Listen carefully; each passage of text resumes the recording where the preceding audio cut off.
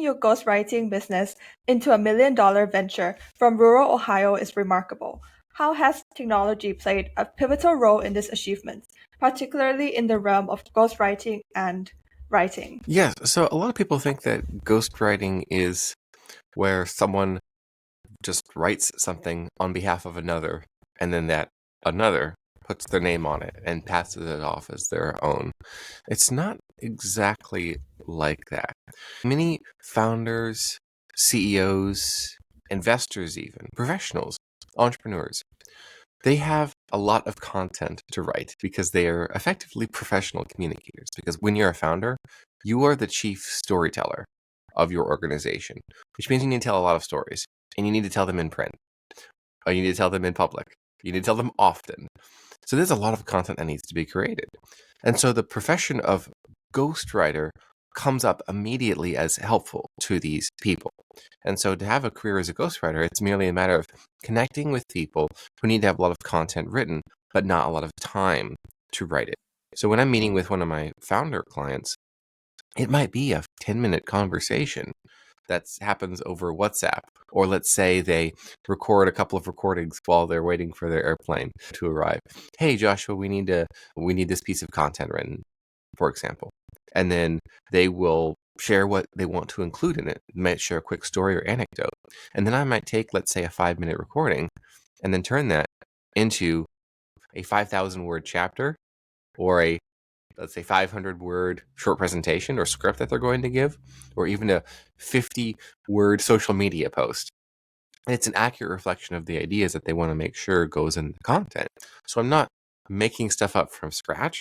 I'm merely restructuring and expanding on their existing material so that what we've got is something that when they read it, they can say, yes, this is what I wanted to say, but this is the best way to say it.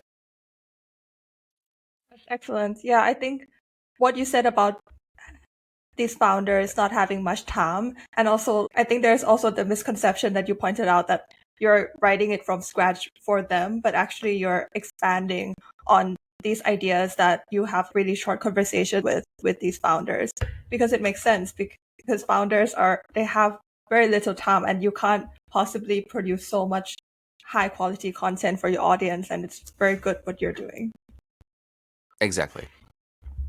So, reflecting on your journey to success, could you share a moment that felt like a significant hurdle or a low point? How did you navigate through this, and what role did technology or your professional skills play in overcoming it? Yes. So you brought up that I come from rural Ohio. This is true. Yeah. This is true. Ohio is known for many things, but publishing is not necessarily one of them. Publishing specifically content for technology companies. We have quite an aerospace engineering sector in Ohio, but not exactly, let's say, software, or when we think of tech, when we think of founders. It's not exactly the scene, the place to be, right? So how do you go from being little known in the middle of nowhere to being part of the who's who? That Yeah. is the challenge, and that's not just for a ghostwriter, that's for anyone, whether they're from the sticks, shall we say, is slang around here for someone who's from a rural area, or you're from a part of the world that's necessarily not known for a technology sector where there's venture capital money flowing everywhere. That was the Yeah. first great hurdle. And so the first thing that I did was literally physically travel to places where it was. So I would regularly attend. This is about 3 to 10 years ago, during that period of my career. I was regularly traveling to places where there were people, whether it was to New York City, Chicago, Central and Southern California, even parts of Europe, and even regional cities in my area, like let's say Columbus, Cincinnati, Chicago, major American cities that most people have heard of. Go where the clients are. That was the first thing that I did, physically doing that. And then as my schedule began to fill up, because those efforts worked, and as I had and grew a family, I focused online efforts, networking. And that is ultimately how you and I connected, is because that particular hurdle I've been overcoming. That's really amazing. I think the fact that you were able to move to certain areas where all the tech people are. And I feel like being there physically actually helps you learn a lot more than digitally. But it's actually because like you get to have the sense of what people are actually up to, and it's just you can feel all the emotion and all the excitement around like venture capital and technology and all these things. And yeah, and I think it's really amazing how you've also moved online, because I think online is and offline, like you need to do both these days anyway. And yeah, it's really cool how you're able to like move all the way from Ohio to yeah being well known in the tech world. Exactly. Yes. Visibility is probably the most difficult thing for any solopreneur or entrepreneur or founder, getting visibility for themselves and for their company. So that's one of the reasons why people want to work with me, particularly founders, is I am regularly in the news. I was in Sky News Australia yesterday. The day before that, I was in NPR. Last week, I was in Publishers Weekly and Newsweek. A few weeks before that, I was in Forbes. My name continuously shows up in both media and on social media. I get a couple of million views on my content on Twitter X, known as X, Wow. alone every single month. And people see that and they say, I want you to do that for me. Which, by the way, is one of the best ways to market your services or market your company, is to be the thing that you're selling, is to role model what it is that you offer. If you're, let's say, a growth coach, you ought to have a company that has had ridiculous year-over-year growth that's far and above what's common in your industry. If you are, let's say, a ghostwriter like me, you better have written multiple books of your own, as I have. Otherwise, it's like, why would I hire someone to write a book for me if they can't even do it for themselves? If you are a founder of a software company that has a particular software tool, then inside of your company, you ought to be using that software tool to the max. Every single possible feature that it has, every advantage it grants, you ought to be using that. And Panita, I think you might be surprised by how often that is not the case, where a company will, let's say they will sell a software as a service, and they hardly use the thing internally themselves. That is insanely common. Definitely. I really like what you said about how you should be the thing that you are trying to sell. Yeah, and I think it really shows that you were able to do that yourself, because I think there's actually a lot of people out there. I get messages all the time, like people are like, hey, I want to grow your Instagram, but they have 29 followers. And but how are you going to grow my Instagram? It's just like you would not trust these people. But if they're able to like have their own thing going on, it just really shows that their expertise. Yes. And on the other hand, I will point out that those who can grow your Instagram, and let's say they have 2.9 million followers, not 29 followers, they will be extraordinarily expensive relative to what a lot of marketers are charging. People who are effective at what they do, their price is so high as to price out most people. That's usually the case. So I was reached out to by one of these Instagram growth people, and they said, hey, we have a highly popular podcast. We've had all these big names on that you've heard of. It's an in-person podcast. We'd love to have you on. We expect it to grow your following by at least 10,000 followers. And of course, being on a podcast, they were charging for it. It was something like $6,000 to appear on their podcast. And then at a certain point, you realize that everything is for sale. Literally anything and everything you could ever want to buy or have or own or do is for sale. Whether it's having a book on a bestseller list, or it's getting a speech at one of the main public speaking conventions in the world, or being on the top podcasts. It's all for sale. It is. It just depends on how much you're willing to pay for it, and if you know the person who's selling it. If you have an in, that's a little thing that you learn through the media. Everything is for sale. That's very interesting to know. So many of our listeners are non-technical founders who often struggle to pitch innovative products effectively. From your expertise in persuasion, what's one principle they can embrace to transform their pitches into compelling stories? Yes, that's an excellent question, because usually people who are obsessed with product efficacy, their own product efficacy, meaning the thing works, it does what it purports to do, unfortunately, they tend not to be the best at marketing it. because you know the specifications, you know the testing process, you know what it took to design this thing and make this thing work. It's your baby, you might say, right? The trouble with that is when you then go and talk about that to other people, it sounds like you're rattling off product specifications and rather boring facts about it. What we want to do is we want to use a framework called the jobs to be done theory, JTBD, jobs to be done. Meaning, customers buy tools to get jobs done. They choose the tool they perceive to be the highest value relative to alternatives. So what that means is, let's look back at this product of yours that you've got. That works. It's an effective product. It's fantastic. The way to persuade people to purchase your product is not to talk about your product as a product. Look how great it is. We have fun testimonials and these fantastic 5-star reviews. You talk about what jobs it gets done as a tool, meaning this thing works for you when it does these things. Pictures and videos demonstrating your product in action, doing everyday things that you would need it to do. That is the best way to persuade. In the 1980s and 1990s in the United States, there were what were called infomercials that were quite common. And these would be 1 hour long paid programming specials that were hour-long or half-hour-long advertisements for household products, like a particular pan that was used in cooking or a vacuum cleaner.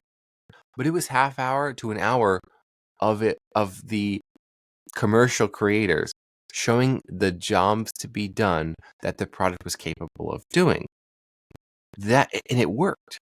It worked so well that people would actually watch a half-hour-long commercial. It was that persuasive. Can you imagine willingly sitting through an hour-long commercial? This is what we did in 1998.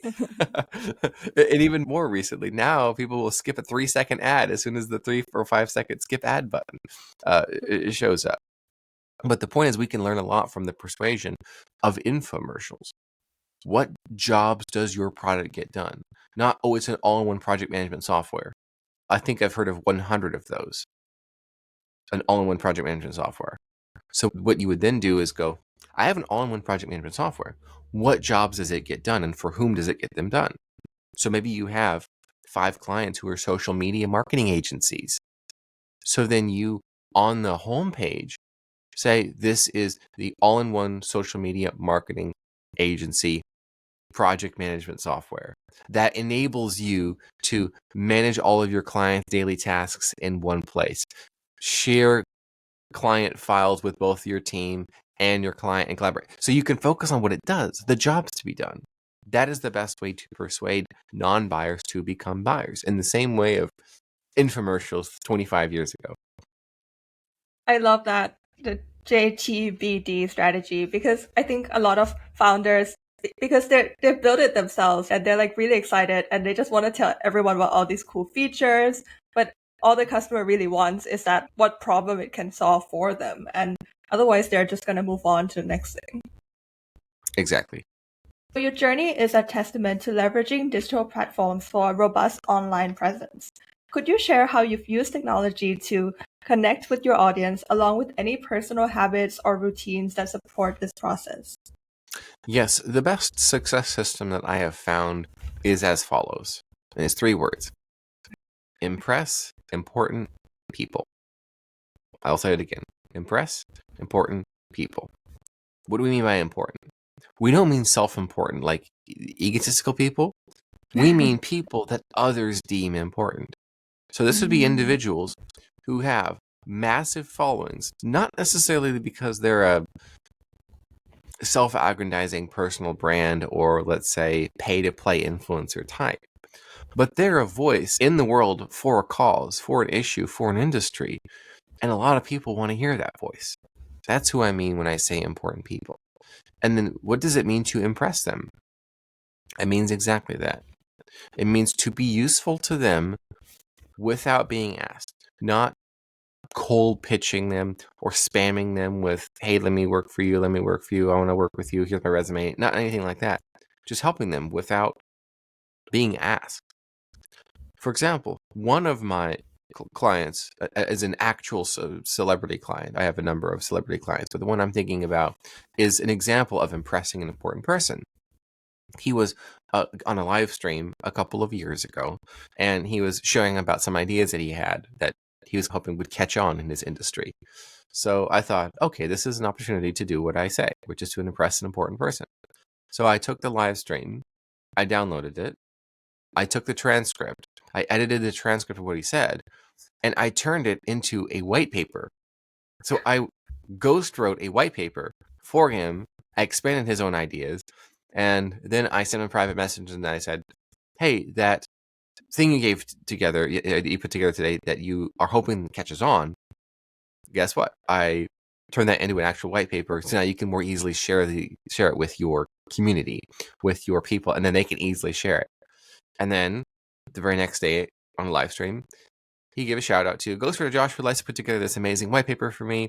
You all should go check it out and possibly consider hiring him if you need white papers or other content written. He knows what he's doing. He's just the best at this. And that shout out brought me 20 clients. And then those clients bring more clients. This is an example of a low risk, high reward effort.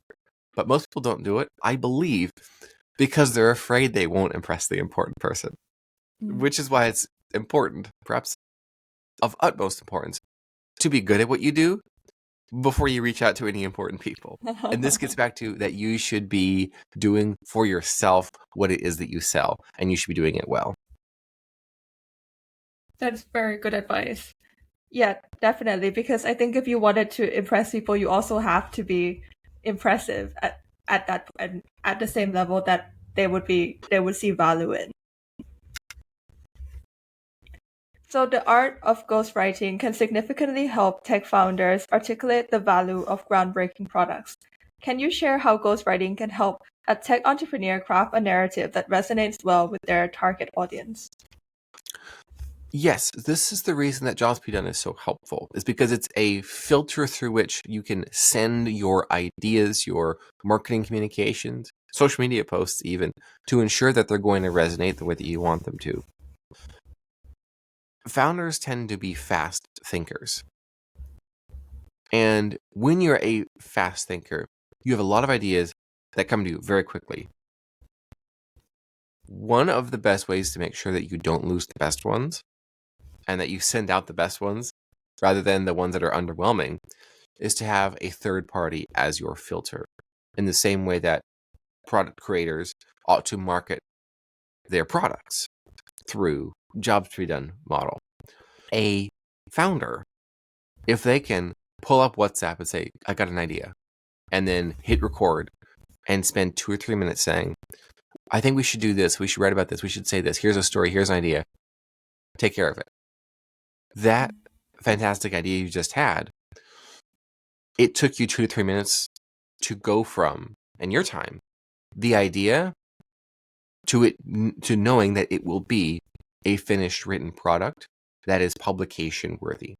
Imagine if you tried to do that yourself for all of your good ideas. You would have no time to get anything done. You would have no time to eat or sleep if that was the case. So it's like outsourcing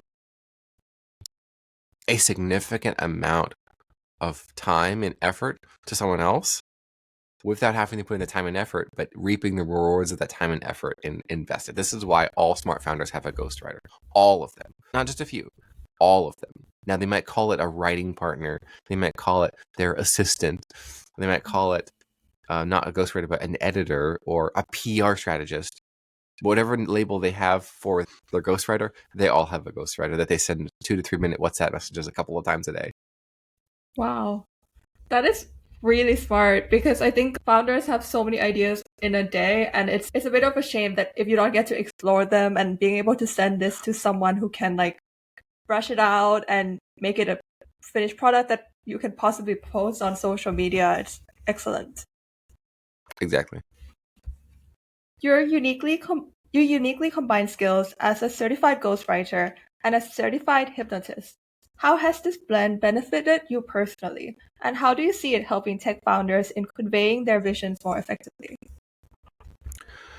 Yes, as a ghostwriter, I see myself as a professional persuader. And I also do quite a bit of work with hypnosis, which is usually seen as a psychotherapeutic service rather than something that you would do in a professional persuasion context. But that is exactly what I'm doing. Now, persuasion is not always just bringing someone from I haven't bought this thing to I'm buying this thing. It also scoots people along the buyer's journey. Sometimes the most important persuasive messaging is about letting a market know a product exists in the first place. To go from I've never heard of you to I've heard of you and I like you. I may not need you yet, but I like you. That is persuasion as well. Anything that scoots people along the journey is not just a conversion event. It's also following and sharing your stuff on social media. Because nowadays it takes, upwards of 17 touches from a brand to purchase their thing for a vast majority of a given total addressable market. Mm-hmm. And if the first couple of touches are anti-persuasive, meaning you don't know what it's about, the pitch is abstract, there's no explanation of the jobs to be done, you don't know it's worthy, you're going to tune it out for the remaining 14 to 15 times that you see it. And so that initial persuasion, even if they don't buy, is critical towards eventually advancing them along the way so that they do buy. And professional persuasion practices, whether it's called ghostwriting, where you're writing in the voice of the founder of the brand to capture it and then filter it through jobs to be done, or it's a little more cerebral, like some hypno-writing techniques that allow people to see themselves using your product in their mind's eye, and they can feel in advance how good it feels to have your product for their team, for their family. That would be what hypno-writing does. All of that together is essential for effective written persuasion. That's really fascinating, especially what you said about hypno writing. Because do you have an example of a product that you've written for using this technique? Yes, there's a technique called future pacing, where you walk a prospect into the future and what it's going to be like implementing it. Mm-hmm. Because I preach what I practice and I practice what I preach, I'm going to offer my own book as an example of it. Okay. So I have a book that's under my own name. The vast majority of my 80 plus books I've ghostwritten for other people. One in particular, it's called So Good They Call You a Fake. It's an irreverent guide to entrepreneurship and marketing, and it's about becoming so effective in your craft that your results are indistinguishable from fakery, and that negative commenters, haters, and envious competitors will call you a fake. Haters are your most valuable marketers. That's the point of the book. But at the very end of the book, the closing chapter, it opens with, here's what happens next. As you begin to implement the ideas in this book, and then I explain, step by step with no step skipped, what you can expect to see as results in your business, what feedback you'll hear from clients, as well as haters, even like in quotes, saying, you will hear this, maybe this, but probably this as well. You will also notice this, and then you will realize that this. And so I tell them the future, whether it's whether you call it foretelling or forthtelling, where me saying what's going to happen makes it happen. That's an example of future pacing, where I'm pacing with my reader, my buyer, into their future, telling them what's going to happen. And then I point out that you'll probably also want additional assistance implementing these ideas. And so you'll desire to avail yourself of a number of courses and programs that I have available as well. So I lead that future pacing right into an upsell. And if people aren't ready to buy, I also give them a free bonus chapter that they can get via my email list. So if they're not ready to buy, they're persuaded, because we talk about persuasion, not just buy. It's also do the next thing. If they don't necessarily buy, then they will become an email subscriber there. So that's the point of this powerful persuasion process. Future pacing being one of those techniques. Just tell people what's going to happen when they use your product. What are they seeing? What are they hearing? What are they feeling? What are they noticing? Does the product leave a bitter taste in their mouth, for example? Does it take that bitter taste away? You say, does it wash it all down, for example? See, it's multisensory language that the subconscious and subconscious mind can process, which is what hypnosis is all about. That is fascinating because, like, I've heard about these things being like these techniques being used, but not in a positive light, not in like a sales, like to sell something, but it's more like manipulation. Like, this is what you should be concerned about if someone's trying to manipulate you. But yours is like trying to manipulate people to like improve their life and know how to like sell better and market their product, which is really cool how you were able to like use this specific technique that like actually seems to be used in quite in relationships and stuff, which I've seen online, but this is used for very valuable things. Exactly. So among the 80 nonfiction books that you've ghostwritten, is there a project that stands out for its use of persuasion, particularly one that tech founders can draw inspiration from? One that people regularly refer back to is not an entrepreneurship book, actually, but it is a book by an entrepreneur in the healthcare space. It's a book by Dr. Philip Ovadia called Stay Off My Operating Table. It's sold about 45,000 copies already, independently published. So it doesn't have the backing of a major publisher, a major PR team, a book launch team, or publicist, or anything like that. It has simply been a book that's sold like wildfire because it implements all the hypnowriting techniques that I've been hinting at, future facing being one of them, as well as positioning the book as a tool to get the job done of going from at risk of a cardiovascular event, aka a heart attack, to becoming low risk for that. Therefore, staying off his operating table of this heart surgeon. That is a book that is an excellent model for what every entrepreneur ought to have as their book because it serves multiple functions, namely amplifying Dr. Ovadia's expertise, granting him overnight credibility in his market by having a book. Because if you're an MD but you don't have a book, then people don't understand what it means to be an MD. Okay, you're a doctor. And then whatever preconceived notion people have about doctors, congratulations, you now have assigned that to you. But the book also has grown its telehealth practice significantly. Wow, that's really fascinating how you were able to apply those persuasion techniques that we talked about into something that is like super valuable for that particular doctor. Because I think like books actually really grow your personal brand. And would you say like everyone should have a book, like every tech founder? Yes, because the book is both a distillation and an expansion of the ideas that go into your product. It demonstrates a need for your product to exist. And it also shows that you are the expert on the subject matter of everything that goes into this. And so the book, it can be persuasive to investors, VCs, but also with software company investors, let's say, where you have a software as a service that has like a recurring revenue model. Particularly, books are useful for recurring revenue model businesses, where the book generates sales qualified leads who become users, recurring revenue paying users, that is, because the book makes the case for your software as a service, for your thing that they're buying on a regular basis. And that's a funnel we've seen work really well, going from being a reader of the book to being a recurring subscriber of a service or a software as a service. Yeah, that's a very smart way to get someone into like your recurring revenue stream. So the best way to say it encapsulates your approach. For tech founders dealing with complex ideas, how can they simplify their message without losing its essence? In this context, can you share a personal story that mirrors the importance of clarity and simplicity in communication? Yes, an example of this is actually the name of that writing program I have, which is called The Best Way to Say It. When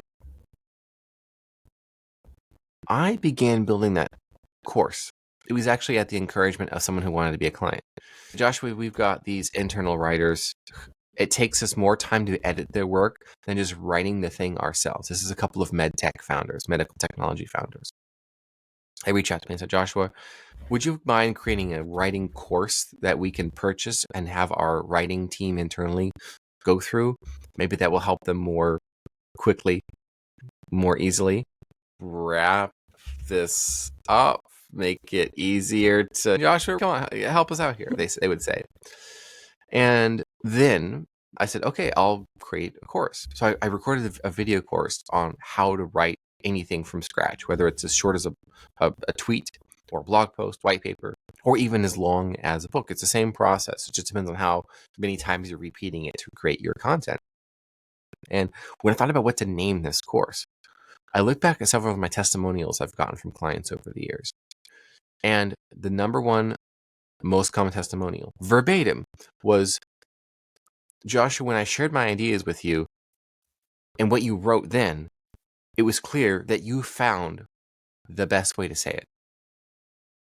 So that phrase, the best way to say it, I've heard from multiple clients multiple times. And so I just reused that. The point of this is, oftentimes the best way to say it is not your own idea. It's something that your customers, your clients, or your users have said. Go to the testimonials that you have, recordings, look at the transcripts. When they talk about your product working and how they know it works, what verbatim language do they use? How do they describe it?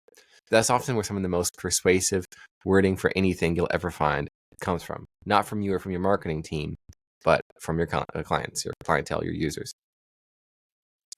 That's a really smart way to do it, because I think it would resonate a lot more with users if like you're using the words that they use to describe your product. And yeah, I think it's a lot better than any marketing team could come up by themselves. So it means that we should all just go and look at the reviews and the testimonials, and also maybe speak to users and then get that feedback coming. Exactly.